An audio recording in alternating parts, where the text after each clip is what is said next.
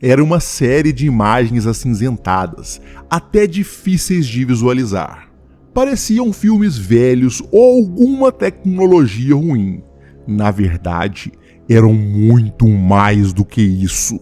Eram parte de um sistema que começava a caçar líderes inimigos em seu próprio território, arruinando uma cadeia de comando em poucos meses. Em contrapartida, mísseis foram disparados contra os sistemas de vigilância israelense. As armas do Hezbollah pretendiam demolir as defesas israelenses, muitas vezes visando os lançadores do Iron Dome. Era o conflito no Líbano aumentando em intensidade em uma promessa de sofrimento depois de tantas ameaças e bravatas.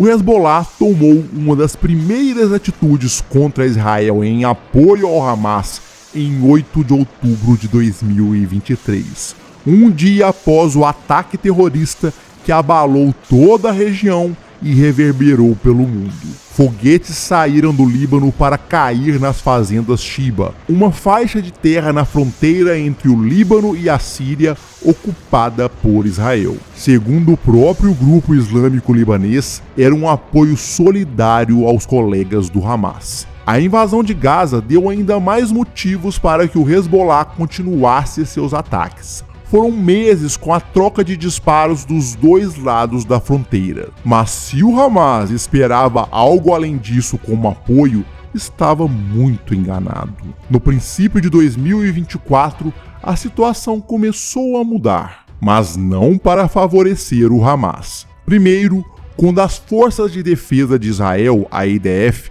começaram a se reorganizar depois de já terem se aprofundado ainda mais dentro de Gaza. Depois, quando os olhares de Tel Aviv começaram a se voltar cada vez mais para o Hezbollah, agora que parecia que o Hamas estava cada vez mais enfraquecido, apesar de ainda muito atuante em Gaza. Entre janeiro e fevereiro de 2024, a IDF começou a sua retirada do norte de Gaza, deixando para trás uma terra devastada. Militantes do Hamas começaram a retomar as ruínas e lutaram contra as forças israelenses na região. Mas foi uma reação fraca, quando, na verdade, as tropas da IDF já rumavam para o sul, principalmente para Rafah. Houve um alarme para os palestinos evacuarem a região, quando então os tanques e soldados marcharam para o novo fronte. Centenas de milhares foram deslocados em uma área já precária, um sofrimento imposto a tantos inocentes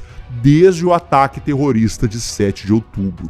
As mortes de civis proliferaram, enquanto acordos de paz falharam em sequência, quase sempre com os dois lados se acusando de haver termos impossíveis de serem aceitos. O Hamas sofreu as consequências em meio a tanta destruição. Ainda resistia, mas perdeu pelo menos 9 de seus grandes líderes nos meses de guerra. Aquela era uma organização rica, financiada por diferentes países, incluindo o Irã, mas o que era uma força organizada não conseguiu resistir a Israel, proteger sua população ou nada útil além de dar motivos para uma guerra que arrasou Gaza. Seus financiadores não fizeram nada além de enviarem mensagens de repúdio ou menções de apoio. Sim, havia armamentos e dinheiro, mas nada disso mudou o percurso da destruição e a tragédia dos palestinos depois do terror do 7 de outubro de 2023. Quase um ano depois, a IDF anunciou que o Hamas não existia mais como uma força militar organizada como antes e atuava agora mais como uma insurgência em forma de algumas células. Podia ser uma bravata israelense, que ainda teria que se provar, tendo que resgatar tantos reféns ainda presos e justificar tanta destruição. Mas, de fato, algo estava acontecendo com o Hamas, tanto que ordens terríveis foram dadas, como a de matar os reféns em qualquer sinal de aproximação de resgate. As ameaças contra as vidas dos israelenses sequestrados ficaram cada vez mais sérias, com alguns deles sendo encontrados executados por seus captores. Entender a situação em Gaza e com o Hamas era importante, pois essa posição do grupo palestino refletiu no momento em que os olhos de Israel se voltaram para o conflito no norte. O líder máximo do Hezbollah, Hassan Nasrallah, tomou a posição de comando em 1992, depois que seu antecessor foi morto por Israel em um ataque aéreo. Depois que seu filho foi morto pela IDF, ele visitou as famílias que também perderam membros e melhorou drasticamente sua imagem no Líbano. Para ele, apenas o fim de Israel resolveria a situação do Oriente Médio. Depois da invasão de Gaza, esperou-se muito por seu discurso. No princípio de novembro de 2023, ele finalmente se pronunciou dizendo que o 7 de outubro foi um grande evento para abalar esse regime sionista opressivo, ocupante e usurpador e seus apoiadores em Washington e Londres. Também disse que a operação foi 100% palestina, tanto em termos de decisão como de execução. Retirou qualquer culpa do Irã no planejamento e afirmou que o Hezbollah estava em batalha desde 8 de outubro. Suas falas e as ações de sua organização foram decepcionantes para o Hamas naquela época. O Hezbollah era um problema há décadas, mas durante todo o tempo da guerra dentro de Gaza, seu apoio ao Hamas foi fundamentalmente lançando foguetes e mísseis contra diversas áreas dentro de Israel, atingindo civis e forçando a evacuação de milhares no norte do país. Mais vídeos com provocações seriam publicados, como um que anunciava que o Hezbollah estava pronto para tomar a base de Ramyah na fronteira. Em uma visita às tropas, o ministro da Defesa israelense, Yoav Gallant, afirmou que Nasrallah estava levando o Líbano a uma guerra e que a situação poderia se tornar um problema ainda maior. A partir de meados de 2024, a resposta de Israel às provocações da organização xiita libanesa começou a mudar. 4 mísseis despencaram sobre o aeroporto internacional de Alepo, na Síria. Israel não estava envolvido na guerra civil, que tomava o país há mais de uma década, mas ali havia muitos militantes do Hezbollah enviados por seu patrono, o Irã. 38 militares morreram naquele 29 de março de 2024, sendo 7 deles do grupo libanês. A Síria era um território de caça em que Israel já vinha se acostumando a abater seus inimigos. Um dos líderes da unidade de foguetes e mísseis da organização libanesa estava em missão por lá. Ali Abed Hassan Naim prestaria apoio ao governo sírio e teria reuniões com os iranianos, como de praxe. No mesmo dia do evento em Alepo, um ataque aéreo desceu sobre o veículo de Hassan, rompendo a vida do comandante. Os foguetes Burkan partiram do Líbano em vingança várias vezes. Em um dos casos, atingiram uma base israelense em Branit.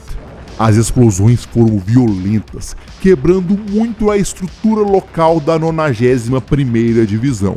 Esses projéteis foram lançados várias vezes pelo Hezbollah. Eram de uso fácil e fabricação relativamente simples, com alcance máximo de 10 km e capacidade de transportar uma carga máxima de até 500 kg de material explosivo. Uma das bases de reconhecimento israelense foi encontrada pelo Hezbollah em um ponto um pouco mais distante da fronteira.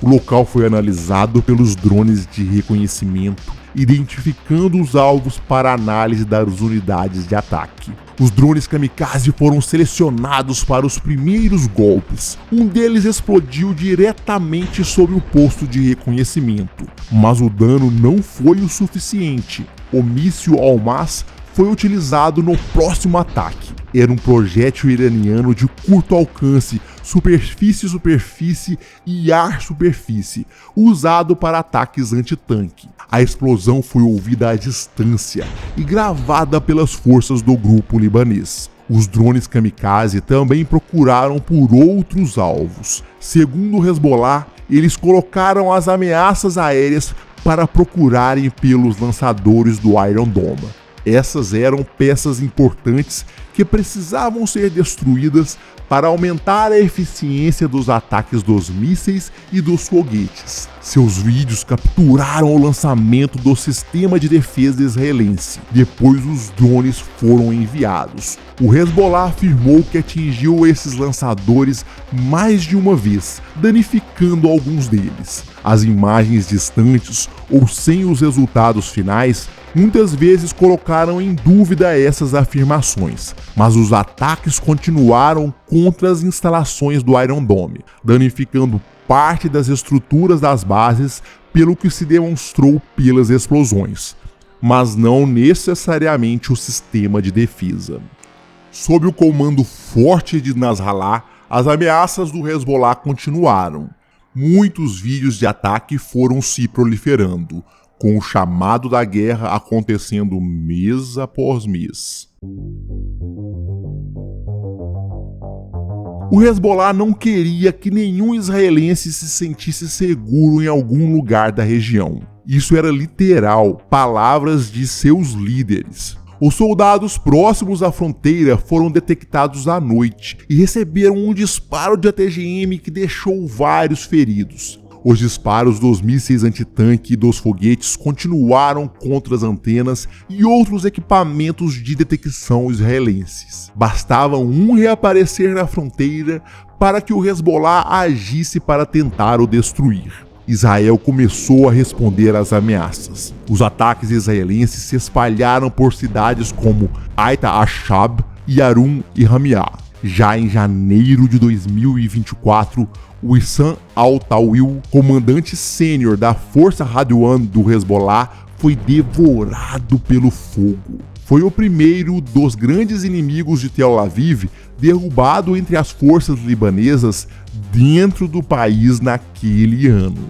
No dia seguinte, Ali Hussein Barji, comandante da Força Aérea do Hezbollah, seguiu o mesmo caminho de chamas. Cada líder morto levava a uma retaliação. Os foguetes eram disparados contra as cidades do norte de Israel, o que já havia provocado o deslocamento de mais de 100 mil pessoas desde a intensificação das hostilidades. Os radares da Força Aérea Israelense sofreram com tiros precisos dos ATGM. Eram modelos que podiam ser disparados a quase 10 quilômetros contra os alvos estáticos. A inteligência israelense conseguiu detectar muitos dos movimentos desses atacantes. Eles foram seguidos pelos drones como alvos brilhantes nas imagens acinzentadas. Era preciso descobrir para onde iam e como se deslocavam. O ataque aéreo aconteceu pouco depois, colocando os sobreviventes para correrem para seus esconderijos. Esses locais se tornaram o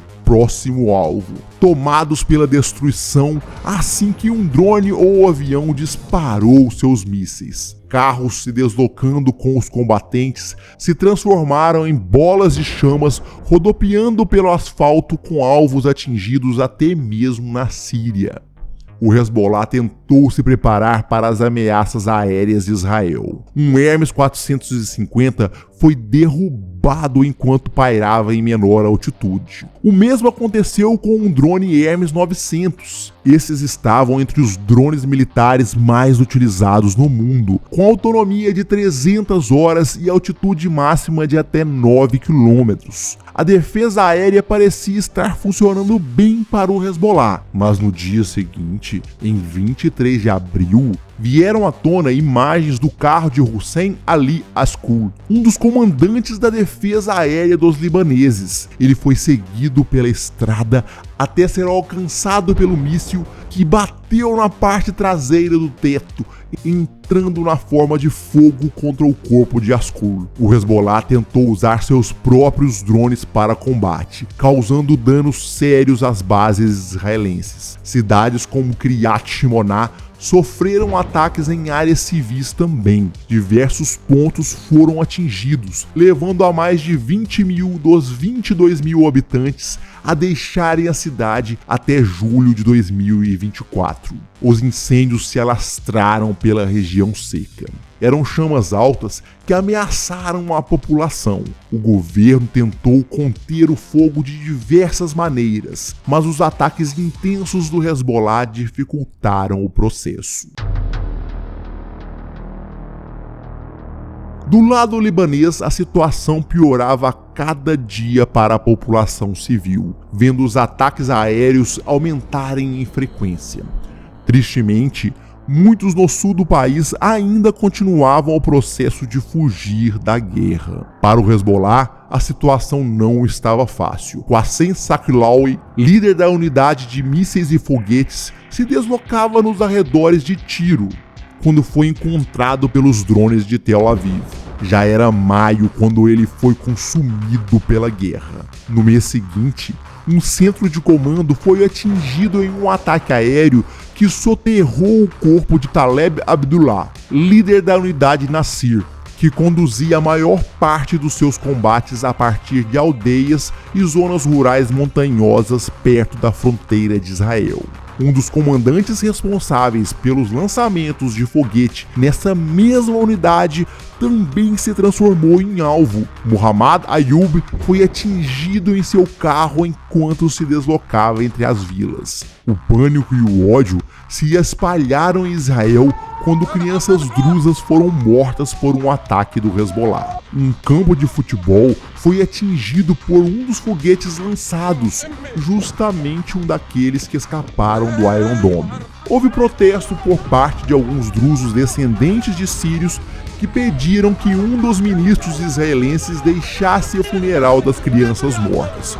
Outros clamaram por vingança contra o Hezbollah.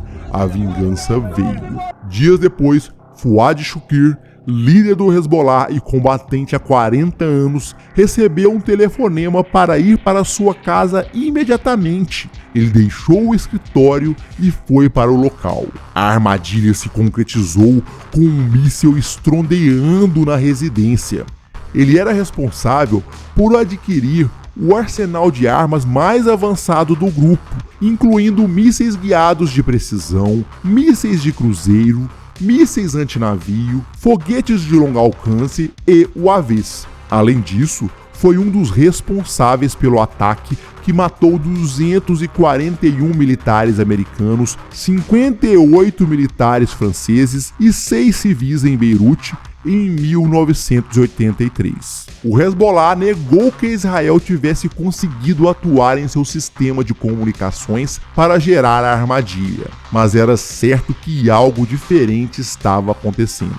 O membro da unidade de foguetes, Mustafa Salman, foi atingido por mais um ataque aéreo tentando se deslocar em Qaileh, no Líbano, em julho. Depois foi a vez de Ali Jafar Matuk, também conhecido como Habib Matuk. Ele era um oficial de operações da unidade regional Hajar da Força Radwan, responsável por ataques na região de Ramin Rid, no norte de Israel.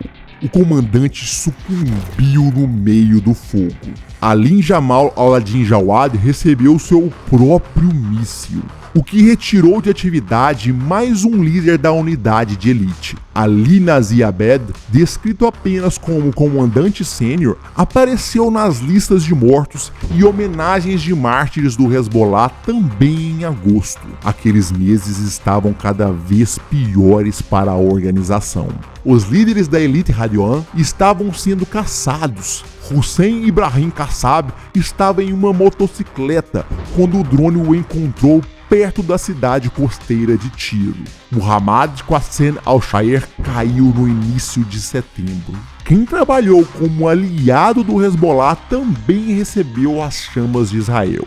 O carro de Khalil Moqda, dirigente da ala militar do Fatah, reduziu a velocidade na estrada, dando tempo para que o míssil destroçasse o veículo. Tantas mortes geraram pânico no Hezbollah. Algo estava errado na cadeia de informações. Israel estava eliminando comandantes demais. Meses antes, os celulares já haviam sido banidos do uso dentro da organização. Eles preferiram pagers e walkie-talkies. Em fevereiro, o líder Hassan Nasrallah ordenou que os combatentes do Hezbollah se livrassem de seus telefones, dizendo que eles tinham sido infiltrados pela inteligência israelense. Ele disse às suas forças para quebrar, enterrar ou trancar seus telefones em uma caixa de ferro. Isso deve ter alertado as forças israelenses. E, talvez, o serviço secreto de Tel Aviv ajudasse o Hezbollah a melhorar suas comunicações, providenciando mais de 5.000 pagers que entraram no Líbano em 2024. Podem ter sido esses que apitaram em setembro, explodindo sucessivamente. O material explosivo estava ligado dentro da bateria de lítio do pager e era praticamente indetectável. Uma mensagem de texto ativou a onda de horror. O espanto tomou conta do Hezbollah quando milhares sentiram o impacto das explosões junto ao corpo. 32 foram dados como mortos, inclusive 2 crianças. Quando parecia que tudo estava acabado, os walkie-talkies começaram a se transformar em chamas nas mãos dos libaneses. A situação foi tão absurda que encheu os hospitais de feridos. Dezenas foram transportados para o Irã para tratamento. Pouco depois, os israelenses começaram uma série de ataques contra os centros de lançamentos de foguetes e estoques de munições. Um míssil de cruzeiro DR-3 foi descoberto em uma casa. A ameaça foi eliminada. Muitas dessas munições estavam em áreas residenciais, somando ainda mais danos colaterais aos já terríveis ataques de Israel. Em um dos casos, um dos foguetes disparou de dentro da casa em chamas, atingindo uma residência vizinha. As explosões secundárias dos depósitos de munições mantiveram o fogo aceso nas colinas do sul do Líbano por muito tempo. A fumaça farta estava nos céus, sinalizando para os civis fugirem para longe. Essa massa de pessoas fugindo da guerra gerou tumulto. Surgiram vídeos de drusos libaneses recusando a passagem de prováveis colaboradores do Hezbollah em suas vilas. Grupos de cristãos não quiseram aceitar a presença de muçulmanos xiitas que tentaram se fixar em suas residências. Mesmo assim, o apoio do Hezbollah ainda era maciço dentro do Líbano. Eles enviaram muitos de seus foguetes contra Israel, colocando pressão sobre o sistema de defesa aérea, visando o desgaste para depois enviarem seus mísseis mais poderosos. Mísseis Fad-1, Fad-2 e foguetes Katyusha começaram a se tornar mais frequentes nos céus a partir do fim de setembro. Em um dos casos, atingiram a base e o aeroporto de Ramat Davi e o complexo militar industrial da empresa Rafael. De fato, o Hezbollah conseguiu impor o terror no norte de Israel. Seus disparos causaram tumulto e prejuízo. No entanto, esse desgaste também ocorria em suas tropas. Um F-35 tomou os céus com as coordenadas para um novo alvo.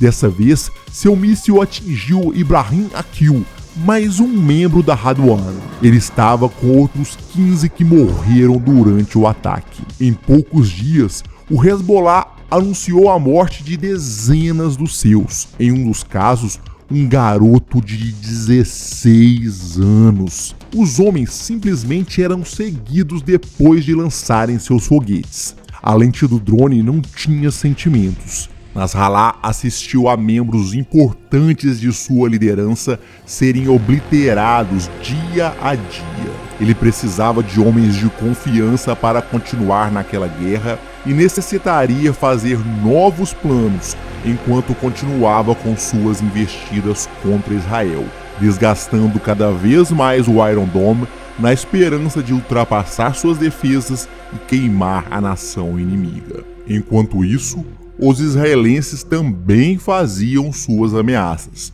indicando uma invasão ao Líbano. Tantas palavras de ódio deixavam qualquer um em sã consciência com o coração apreensivo, enquanto a morte sorria afiando sua foice, parando apenas para brindes com a guerra. A linha de comando do Hezbollah estava cada vez mais fragmentada, com Nasrallah acuado e sem seus homens mais confiáveis, sendo que muitos deles estiveram em combate contra Israel há décadas. Seu coração deve ter se abalado mais ainda quando escutou os primeiros estrondos no prédio sobre o bunker onde se escondia. Ele não sabia, mas os F-15 israelenses haviam decolado em 27 de setembro e voado sobre o Líbano, liberando em sequência bombas Mark 84. Cada uma delas planou para usar seu potencial de formar uma cratera de 15 metros de largura e 11 metros de profundidade. O bunker tinha proteção adequada, mas não estava preparado para dezenas desses projéteis, capazes de penetrar até 38 centímetros de metal ou mais de 3 metros de concreto. Foi uma sequência de golpes abalando as estruturas de Beirute. O som se difundiu pela cidade. Os tímpanos sentiram a pressão do ar vindo de onde o solo era arrebentado por socos sucessivos da Força Aérea Israelense. Lá embaixo, Nasrallah viu seu mundo começar a se acabar. Junto dele, Ali Karak, comandante da Frente Sul do Hezbollah, também começava a se preparar para o pior. O general Abbas Nilforushan, da Guarda Revolucionária do Irã, também estava no bunker. As explosões acabaram com o esconderijo subterrâneo, mas não foi o fogo que matou Nasrallah. A pressão, a fumaça e os gases tóxicos de tantos impactos encheram os corredores fechados debaixo da terra, sufocando lentamente o líder do Hezbollah, segundo as fontes libanesas. A entrada do bunker ficou totalmente destruída, dificultando ainda mais a aproximação de qualquer resgate. A fumaça tomou toda a região depois daquelas dezenas de pedaços do inferno batendo contra o chão e levando a destruição até Nasrallah. O buraco deixado impressionou tanto Beirute quanto o mundo.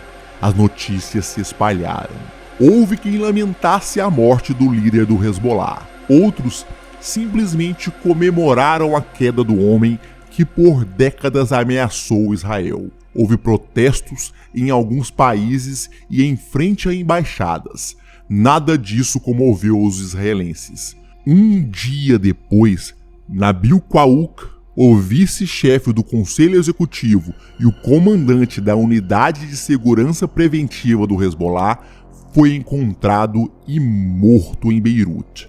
Naquele mesmo dia, o líder do Hamas no Líbano também sofreu um ataque. Fatah Sharif levaria consigo a esposa e suas 2 filhas. Após essa sequência de mortes, o chefe do Estado-Maior das Forças de Defesa de Israel, Tenente-General Herzi Halevi, declarou: "Este não é o fim de nossas capacidades. A mensagem é clara para qualquer um que ameace o Estado de Israel. Saberemos como chegar até vocês." Apesar disso, a guerra entre Israel e Hezbollah não terminou. A morte de Nasrallah mudaria completamente os rumos da guerra. Não tardaria para que uma nova liderança fosse anunciada, como uma hidra com novas cabeças ressurgindo sob orientação de seu mestre, o Irã. Os iranianos juraram vingança e fariam um de seus maiores ataques contra Israel nos dias seguintes. Enquanto isso, a IDF começou sua marcha para o sul do Líbano. O exército libanês recuou e o mundo esperou tenso como seriam os próximos passos daquela guerra. Até o momento, a maioria dos enfrentamentos tinha sido de longe. A distância daqueles combates tornava a guerra ainda mais fria para os homens dos dois lados, e principalmente para os iranianos, coordenando ainda mais de longe as ações do Hezbollah. As lágrimas eram quentes apenas nos rostos de mães, pais, irmãos e irmãs que enterravam seus parentes. O governo libanês reportou que o número de vítimas desde 8 de outubro de 2023 chegou a 1.247 e o de feridos a 5.278 até o fim de setembro de 2024. A maioria civis, incluindo crianças e mulheres. Ainda havia mais de 150 mil refugiados. O Iron Dome vinha protegendo os civis israelenses, mas mais de 40 já haviam sido mortos pelo fogo do Hezbollah. Gritos de vingança e promessas de retaliação chamavam a guerra para dentro do Líbano, onde ela poderia arrastar seus espinhos sobre milhares de almas.